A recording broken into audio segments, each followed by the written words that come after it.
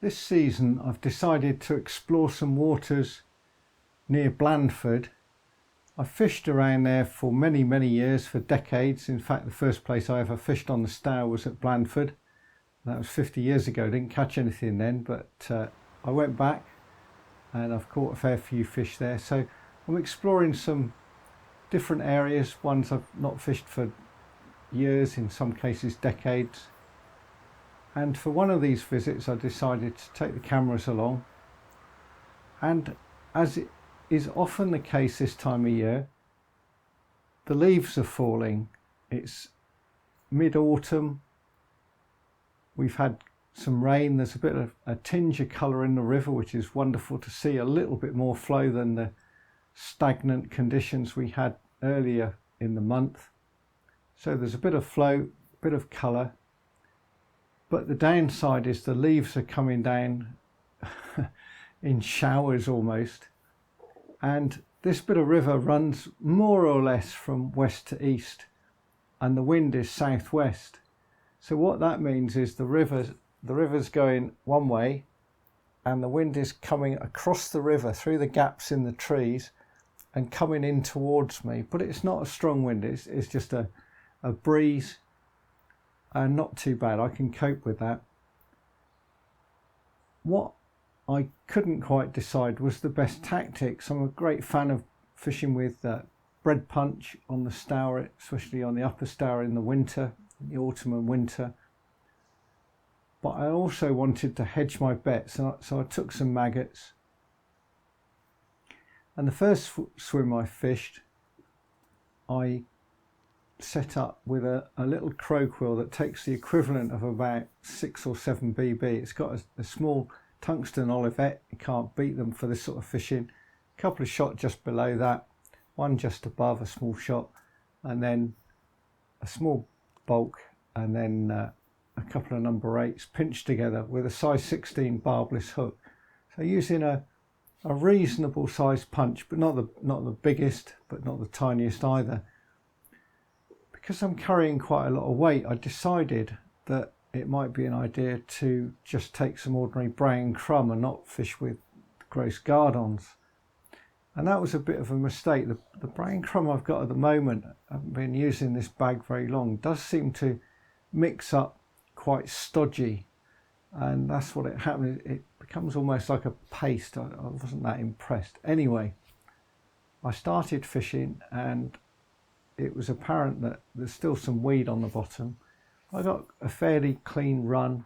The wind's coming in, like I say, a bit, so the float's drifting in a bit as I trot down, not trotting very far. And I'm putting in little nuggets of ground bait. And it took a while, and eventually I got a nice little roach, quite swingable, and then a small one. But it wasn't coming alive, it wasn't really happening. I might have had 1 or 2 minnow bites, little tiny touches close in. There were fish topping, so there were fish there, the fish out in the middle.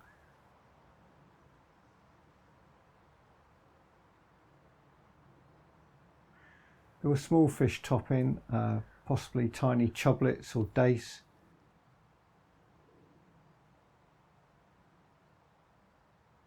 Anyway, after 40 minutes or so, I decided enough was enough, and I moved up a couple of swims where I thought, because of the way the bank went, I'd be out in the river a bit more. It proved to be a bit shallower, but not by a lot. And again, I started with the punch and nothing was doing. And by this time I decided, well, maggots were going to be the way forward. And with that 16 hook, it's not a huge hook, I put double maggot on the 16, started to feed a few maggots, still feeding little nuggets of ground bait. And the roach started to show up. I also started to pick up some perch. They weren't especially big, sort of 4 or 5 ounces.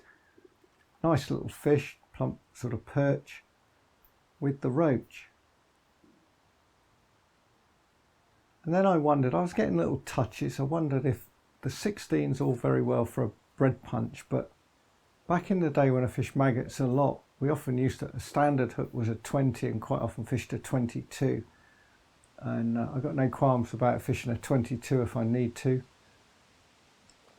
So I switched to a 22, the same pattern of hook, a Drennan silverfish barbless in a 22 tied to 0.08, so pretty fine stuff, and that was definitely much better. Fishing single and double maggot on that, started to get more roach, and then along came something much better, which I was a little bit afraid that something much bigger might turn up, and that was the case on this day. And you can see it putting up quite a spirited fight.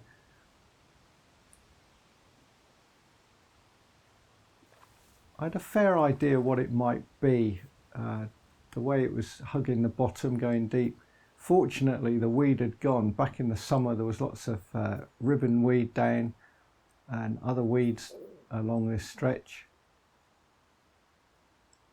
But after a little while, up it came.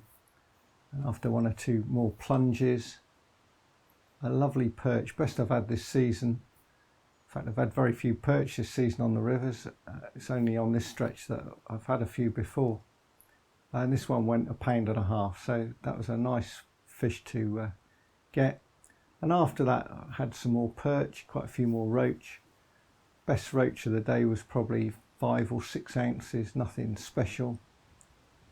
But even with those leaves falling, and I was picking up leaves off the bottom, and sometimes I'd cast in and I'd hook a leaf, it wouldn't settle.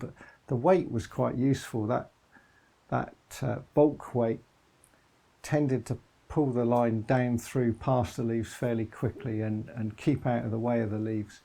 So it was quite a good tactic, really. I hope you've enjoyed this short session. I'm going to fish this area again later this season.